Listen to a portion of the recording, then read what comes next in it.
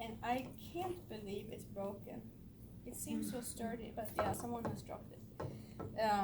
So this, ignore the rubber thing is here. So this is the cell body, and in the cell body you have these blue structures with little red dots on.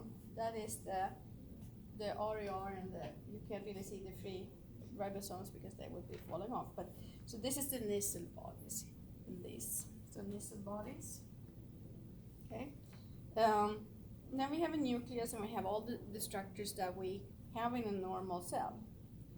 So the dendrites is the first thing that is special for a neuron. So this is just, as I said, they're cut off, so they like branch out here a lot. This is the axon hillock. And then we have the axon that goes here. The axon hillock, so all the information is coming in here, and those little rubber things here, those are actual synaptic terminal from other neuron that's coming here and communicating with this one.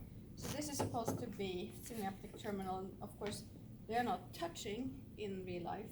There's a little synaptic cleft in between, but this would be a synapse here, where chemicals, neurotransmitters are released from the synaptic terminal and received by the dendrites, receptors on the dendrites. And that sends signals into this structure, and then in this region here, all those signals are interpreted, and then it decides if the signal is going to be sent here.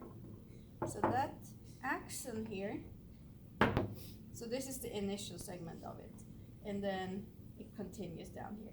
So you see they are wrapped by these structures. This is a Schwann cell. This is the nucleus of a Schwann cell, and if you look closer when you look at this yourself, you can see that it's multiple layers, and those layers are filled with the protein myelin, and that is why we call it myelin sheet. And then we have the next Schwann cell down here, and in between here should be a gap that you can't see. You have to just trust me. There is a gap here. Okay, so we see it better on this other model we have here. So this should be a rhombius node. There's the next one. And if you look at this end here, you can see the red, which is the inside of the neuron, and it's wrapped with the myelin sheet. And then this here, the gray, which looks very much like, they're taking that model away. Yeah, there they are. So the muscle, the neuromuscular junctions we had, on the outside of the muscle fiber, you had this wrapping that looked very much like this. That was the endomysium. This is the endoneurium. So these are all the structures you need to know from this model. Any questions about this model? So this shows basically the same thing, but it's added on some other. Can you move a little bit, because it takes like hard to move to kind of move it all around here, so I don't hurt you guys. Okay, can you all see? Okay, so you see this is the same thing. Here we have different colors. So this is the multipolar neuron that's going to a, can you see where it continues to? It goes like here. So what is this?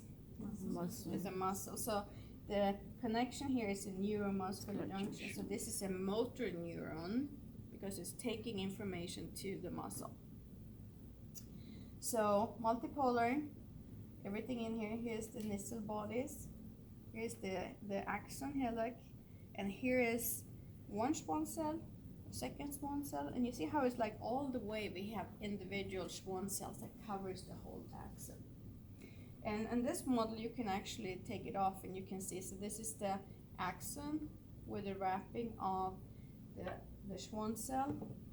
So, and here on this model the gap, the node of rhombia is clear. You can see the gap there. So this is a better model for nodes of rhombia. Okay, just saying. So